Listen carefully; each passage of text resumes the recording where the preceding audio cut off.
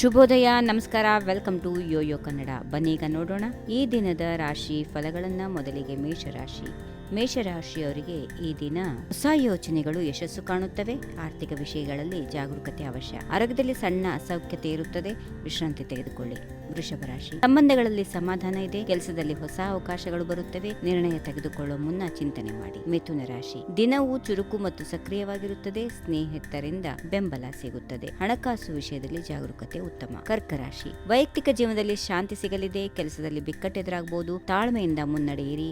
ಆರೋಗ್ಯದ ಕಡೆಗೆ ಗಮನ ಕೊಡಿ. ಸಿಂಹರಾಶಿ, ನಿಮ್ಮ ಕೌಶಲ್ಯಗಳು ಮೆರೆದುಕೊಳ್ಳಲು ಅವಕಾಶ ಸಿಗುತ್ತದೆ. ಕುಟುಂಬದ ಸದಸ್ಯರೊಂದಿಗೆ ಸಾಮರಸ್ಯ ಸಾಧಿಸಿ. ಆರ್ಥಿಕವಾಗಿ ಸದೃಢ ಸ್ಥಿತಿ ಇದೆ. ಕನ್ಯಾ ರಾಶಿ, ದಿನ ನಿಮ್ಮ ಪ್ರಗತಿ ದಾರಿಯಲ್ಲಿ ಸಹಾಯ ಮಾಡುತ್ತದೆ. ಉದ್ಯೋಗ ಮತ್ತು ವ್ಯವಹಾರಗಳಲ್ಲಿ ಹೊಸ ಪರಿಚಯಗಳು ಸಹಾಯ ಮಾಡುತ್ತವೆ. ಆರೋಗ್ಯ ಸರಿಯಾದ ದಿಕ್ಕಿನಲ್ಲಿರುತ್ತದೆ. ತುಲಾ ರಾಶಿ, ವೈಯಕ್ತಿಕ ಮತ್ತು ವೃತ್ತಿ ಜೀವನದಲ್ಲಿ ಸಮತೋಲನ ಸಾಧಿಸಲು ಪ್ರಯತ್ನಿಸಿ. ನಿಮ್ಮ ಮಾತುಗಳಿಗೆ ಜಾಗೃತಿ ವಹಿಸಿ. ಹಣಕಾಸು ವಿಷಯಗಳಲ್ಲಿ ಎಚ್ಚರಿಕೆ ಅಗತ್ಯ. ವೃಶ್ಚಿಕ ರಾಶಿ, ನಮ್ಮೊಳಗಿನ ಶಕ್ತಿಯನ್ನ ಉಪಯೋಗಿಸಿಕೊಂಡು ಬಿಗಿಯಾದ ಸಮಸ್ಯೆಗಳನ್ನ ನಿವಾರಣೆ ಮಾಡಬಹುದು. ಕುಟುಂಬದವರ ಜೊತೆ ಸಮಯ ಕಳೆಯುತ್ತೀರಿ. ಆರೋಗ್ಯದಲ್ಲಿ ಚೆನ್ನಾಗಿದೆ. ಧನುರಾಶಿ, ಯಾತ್ರೆಗಳು ಅಥವಾ ಹೊಸ ಪ್ರವಾಸಗಳ ಸಂಕೇತ.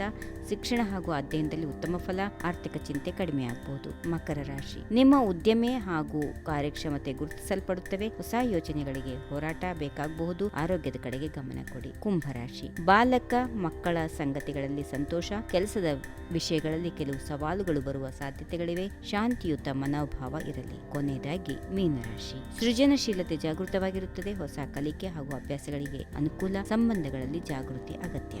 ಹೀಗಿವೆ ಈ ದಿನದ ರಾಶಿ ಫಲಗಳು. ಸರ್ವರಿಗೆ ಶುಭವಾಗಲಿ. ಶುಭ ದಿನ. ನಮಸ್ಕಾರ.